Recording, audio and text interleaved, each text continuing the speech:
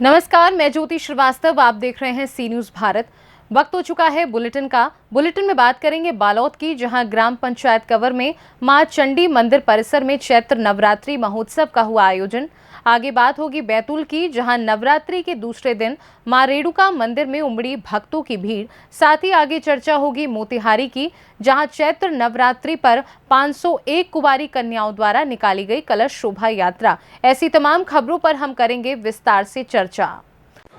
खबर बालोद से है, जहां जिले के अंतर्गत आने वाले गुरु विकास खंड से लगे ग्राम पंचायत कवर में विगत कई वर्षों से मां चंडी मंदिर में चंडी मां की मूर्ति स्थापित है, जो बताया जाता है कि ये मूर्ति कई वर्षों से यहीं पर विराजमान है, जिसको देखते हुए ग्रामीण और ट्रस्ट द्वारा चैत्र नवरात्र को धूमधाम से मनाया जाता है। ट्रस्ट में आसपास से कई गाँव के लोग जुड़े हैं। मनोकामना जोत भी यहाँ पर श्रद्धालुओं द्वारा जलाया जाता है, जिसमें इस वर्ष भी घी ज्योति, 39 तेल ज्योति, 279 इस प्रकार से श्रद्धालुओं द्वारा जोत लगाया गया है। साथ ही मुख्य रूप से यहाँ इस वर्ष आग देवता का भी आगमन मां चंडी मंदिर में हुआ, जो कि बड़े ही दूर से जंगली क्षेत्र से यहाँ पर ट्रस्ट के द्वारा निमंत्रण देने पर पधारे हुए हैं। बड़े ही आकर्षण का केंद्र बना रहा है। श्रद्धालु सुबह से ही मां चंडी के दर्शन और आग देवता का दर्शन करने के लिए भारी भीड़ देखने को मिल रही है।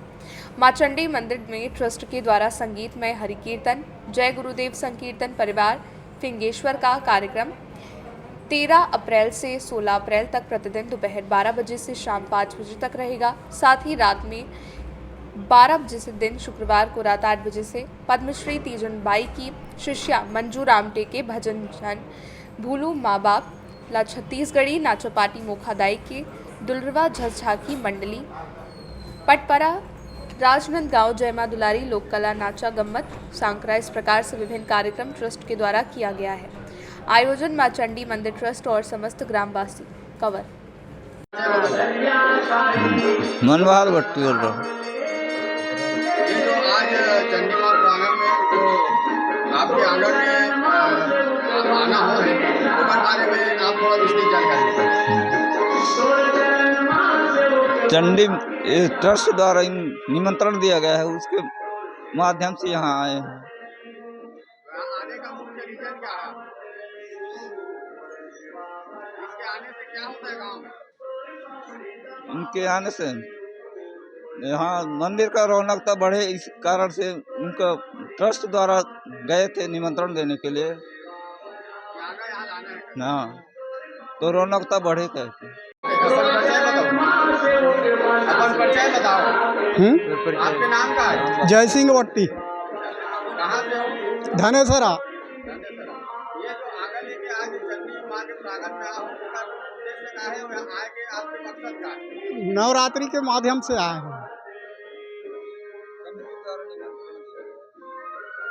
चंडी ट्रस्ट द्वारा आपका निमंत्रण देंगे? हाँ। यहाँ आना है कभी? तो यहाँ आपके कुछ पूर्वज के कुछ अंश है कि ये लोग कहाँ देवता के नाम से जाने जाते हैं? इसको अभी लाए हैं, उसको कोसा कुंवर, वीर डोकरा और कोंदी मांझी। हाँ तो यहाँ लेकर कोई अस्तित्व है क्या यहाँ गाँव में? हाँ, वास्तविक पहली के है। यहाँ लेकर पहले से हाँ, पूर्वज की है। यहाँ भूमिहार भी है। आपके पूर्वज यही रहा है? हाँ जी, उगर बाद गया है उधर, बस्तर पूरा घूमे हैं। बालोद से सी न्यूज़ संवाददाता रमेश कुमार चेलक की रिपोर्ट। खबर बैतूल से है, जहां जिले के आमला के ग्राम छवाल में मां रेणुका भक्तों को 3 रूप में दर्शन देती हैं। यहां हजारों की संख्या में श्रद्धालु माता रानी के दरबार में पहुंचते हैं। चैत्र नवरात्र में यहां भव्य मेला भी लगता है। बता दें, आमला से 10 किलोमीटर दूर छवाल गांव में स्थित मां रेणुका का मंदिर आस्था का केंद्र है। मंदिर का इतिहास करीबन 700 साल पुराना है। छोटी सी पहाड़ी पर बने मंदिर में मां रेणुका की भव्य प्रतिमा है। मान्यता है कि माता हर पहर में अपनी 3 स्वरूपों में दर्शन देती हैं। 70 सालों से मैया की सेवा कर रहे पुजारी गणेश गिरी गोस्वामी हर दिन मां के इस चमत्कार को महसूस करते हैं। उनके मुताबिक मंदिर में करीब 75 साल से अखंड ज्योति प्रज्वलित है। ग्रामीण सहित हजारों की संख्या में दूर दूर से श्रद्धालु माता रानी के दर्शन करने आते हैं। बोले, मैं आपके आगे का पालन करता हूँ, पर जो मैं मांगूंगा वो दे देना। तो परशुराम से कहा कि ये तीनों के सिर अलग कर दो। जब तीनों के सिर अलग किए तो माँ रेणुका का जब सिर अलग हुआ तो उस समय इनकी जो आभा निकली, इनकी जो आभा निकली, जहाँ जहाँ ये आभा टकरानी है वहाँ माँ रेणुका स्थान बने। पहला स्थान जो है मारूगढ़, दूसरा स्थान माँ रेणुका का ग्राम छावल, तीसरा स्थान जो है धामनगांव, चौथा स्थान जो है बाईगांव के पास विष्णु के पास में जो है मतलब माँ रेणुका का स्थान, और एक जो है राजस्थान में स्थान। इनके 8 स्थान बने माँ रेणुका। तो इसमें 2 स्थान प्रमुख माने गए हैं। प्रमुख जो है ये माहौलगढ़ में भी मेला लगता है, और यहाँ ये माँ रेणुका के 3 स्वरूप होते हैं। यहाँ हर आदमी हर जगह से हार जाता है तो माँ के पास आकर जो है माथा टेकता है, मांग करता है, तो माता ने उनको जीवन दान दिया है। और जीवन दान देने के बाद में जब लोग इसीलिए यहाँ जो है पुरुष वर्ग का गाड़ा खींचते हैं और माता बहनें जो है लिंग पहनती है।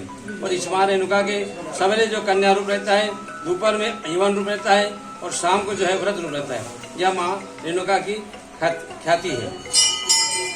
बैतूल से सी न्यूज़ संवाददाता संदीप की रिपोर्ट। खबर मोतिहारी से है, जहां पताही प्रखंड के नौनफरहाट ढांगर टोली चौक से सटे बराही पोखर के पश्चिम तट पर अवस्थित दलपत विष्णुपुर दुर्गा मंदिर परिसर में प्रतिवर्ष की भांति इस वर्ष भी चैत्र नवरात्रि मनाई जा रही है, जिसको लेकर मंगलवार को गाजे बाजे के साथ 501 कुंवारी कन्याओं द्वारा कलश शोभा यात्रा निकाली गई, जो कि मंदिर से निकलकर गांव भ्रमण कर पुनः मंदिर परिसर में पहुंची, जहां कन्याओं के अलावा गांव की महिलाएं, युवा, बुजुर्ग भी शामिल रहे। मंदिर में स्थापित मां वैष्णो देवी की पूजा होते ही बृहद पंडाल, साउंड लाइट आदि की व्यवस्था की गई है। साथ ही मेला हेतु मिठाई की दुकानें भी वहां लगाई गई। इस बार ग्रामीणों द्वारा विधिवत राम विवाह किया जाएगा, जिसमें भगवान राम का तिलक, मड़वा, बारात, विदाई आदि की विधिवत रस्म अदायगी की जाएगी। पूजा अध्यक्ष बिगन सिंह और स्थानीय कार्यकर्ता डॉक्टर इंदु सिंह, शिवम प्रसाद सिंह, विकास सिंह, अर्जुन सिंह, भोला सिंह, चंदेश्वर गुप्ता आदि लोगों ने बताया कि प्रतिवर्ष से कुछ अलग इस बार किया जा रहा है। मोतिहारी से सी न्यूज़ संवाददाता नवेंदु कुमार की रिपोर्ट। खबर पाकुड़ से है, जहां आगामी लोकसभा चुनाव को लेकर जिले के उपायुक्त मृत्युंजय कुमार बरनवाल ने आज जिला नियंत्रण कक्ष का निरीक्षण किया, जहां उन्होंने बारी बारी से सभी कक्ष पहुंचकर विधि व्यवस्था की जानकारी ली और आवश्यक दिशा निर्देश दिए। इस मामले को लेकर उपायुक्त ने मीडिया को बताया कि आगामी चुनाव में जिले में 7वीं फेज में होने जा रहा है और इसको लेकर सभी चेक पोस्ट पर जिला नियंत्रण कक्ष से नजर रखी जा रही है। 1 जून को सुबह 7 बजे से 5 बजे तक मतदान होगा, जिसकी जानकारी दी जाएगी। दिव्यांग मतदाताओं को अलग से सुविधाएं दी जाएंगी। 7वें फेज में पाकुड़ जिले में भी मतदान है 1 जून को, और इसके लिए अभी हम लोग है सो हर एक को शाम है सो मतलब बहुत ही एक्टिवली है सो सिंसियरिटी के साथ काम कर रही है।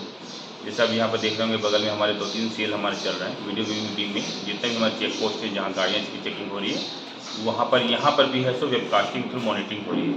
उसके अलावा सी विजिल के तहत भी यदि मॉडल कोड ऑफ कंडक्ट कहीं वायलेशन के कंप्लेन आते हैं तो उसके लिए भी 24 आवर्स टीम हमारे लगे हुए हैं, हर एक एसी में लगे हुए 3 टीम लगी हुई है जो 24 आवर्स है तो काम करती है। उसके अलावा आप देखने की सुविधा के साथ हमारा इनकोर का है सो परमिशन के लिए भी है, यदि कोई पॉलिटिकल पार्टी या फिर बाद में कैंडिडेट अगर किसी भी चीज़ के लिए परमिशन के लिए अप्लाई करेगा तो वो भी है सो उसको टाइमली है सो उसको परमिशन मिल जाएगा, उनको दिक्कत नहीं होगी। बल्कि यहाँ पर उनको बाकायदा ऑनलाइन भी कर दिया जाएगा, किसी भी तरह का इशू हो तो उनको सपोर्ट किया जाएगा। इसके साथ साथ मतदान प्रतिशत बढ़ाने की बात करूँगा। अभी सबसे बड़ी एक एक्टिविटी हम लोग करने जा रहे हैं, वैसे तो बहुत सारी एक्टिविटी हो ही रही है, लेकिन 13 अप्रैल को जितने भी हमारे बूथ हैं उसमें हम बूथ अवेयरनेस ग्रुप का मीटिंग वहाँ के वोटर के साथ करने जा रहे हैं। और उसमें साथ हम ये भी बताने वाले हैं कि मतदान किस दिन यानी 1 जून को सुबह 7 बजे से शाम के 5 बजे तक होगा। साथ में वहाँ पर क्या क्या फैसिलिटीज़ होगी, जैसे गर्मी का समय है तो शेड होगा, आपको शीतल जल पीने को मिलेगा। जो हमारे दिव्यांग वरिष्ठ मतदाता हैं जिनकी उम्र 50 साल से ज़्यादा है उनके लिए अलग से हम लोग ट्रांसपोर्टेशन की व्यवस्था भी करेंगे और अलग से भी हम वोटिंग की व्यवस्था भी करेंगे। वहाँ वॉलंटियर्स लगे रहेंगे जो वहाँ पर लोगों को मदद करेंगे कि जिससे किसी भी तरह का मतदाता को दिक्कत नहीं हो। प्लस और भी जानकारी जो उनको होनी चाहिए कि कौन कौन सा आई कार्ड वगैरह जिसके थ्रू ले जा सकते हैं, तो जिसके लिए उसका चेकिंग हो और वो वोटर कार्ड के अल्टरनेटिव थ्रू में ले जा सकते हैं जिससे वो मतदान कर सकें। ये सारी जानकारियाँ 13 अप्रैल को हर एक मतदान केंद्र में होने वाली है और जिला स्तर से भी हम लोग प्लान रख रहे हैं कि 150 से 200 ऑफिसर्स रहेंगे जो उसकी मॉनिटरिंग करेंगे और हर एक बूथ में जाके खुद जाकर उसमें पार्टिसिपेट करेंगे। पाकुड़ से सी न्यूज़ संवाददाता पंकज भगत की रिपोर्ट। पन्ना जिले के धर्मपुर थाना अंतर्गत तिसाई नाला के पुल में बाइक और ई रिक्शा की भिड़ंत में एक युवती की मौत हो गई और 2 युवक गंभीर रूप से घायल होने लगे। घटना के संबंध में माधवगंज निवासी संतोष सोनकर, चंद्रपाल सोनकर किसी काम से अपनी रिश्तेदारी में गए हुए थे, जो वापस लौटते वक्त अपनी भांजी रेखा सोनकर रमजूपुर को अपने साथ अजयगढ़ लेकर आ रहे थे। तभी अचानक अजयगढ़ की तरफ से जा रहे ई रिक्शा से भिड़ंत हो गई, जिसमें तीनों गंभीर रूप से घायल हो गए।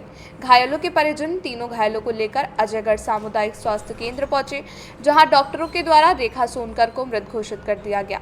दो की हालत गंभीर बनी हुई है, जिन्हें इलाज के लिए रीवा रेफर कर दिया गया है। मेरे भांजे का नाम है रेखा और एक मामा जी का लड़का था, उसका नाम है करिया, और एक मेरा बुआ का लड़का था, उसका नाम था संतोष। तीनों लोग 2 पहिया गाड़ी में थे। यहाँ से 3 पहिया रिक्शा गया और वहाँ से 2 पहिया बाइप आ रही थी, तो रिक्शा और बाइप का टक्कर हो गया। देखा नहीं, जब हमने हम पीछे मुड़ के देखा तो दोनों लोग पलटे थे। जब यहाँ से हम दौड़ के गए तो हम जाने कि हमारे लोग हैं, तो हमने सोचा सो उनको भी पकड़ा। सो हमारी धर्मपुर की पुलिस, थाने की पुलिस आ गई, सो उनको पकड़ा, उनको ले गई वहाँ। हम अपने भांजे को, अपने मरीज को यहाँ लेके चले आए। कहाँ पे एक्सीडेंट हुआ है? साहब धर्मपुर और एक बगैचन पड़ता है, इसके बीच में तिसैया में। क्या नाम है जो जख्मी हुए हैं? उनका नाम है रेखा और संतोष और करिया। और तुम्हारा क्या नाम? हमारा नाम विष्णु सोनकर, धर्मपुर के रहने वाले साहब। पन्ना मध्य प्रदेश से सी न्यूज़ संवाददाता रीना सोनी की रिपोर्ट। फिलहाल के लिए बुलेटिन में बस इतना ही। वक्त है एक छोटे से ब्रेक का। ब्रेक के उस पार हम आपको और भी तमाम बड़ी खबरों से करवाएंगे रूबरू।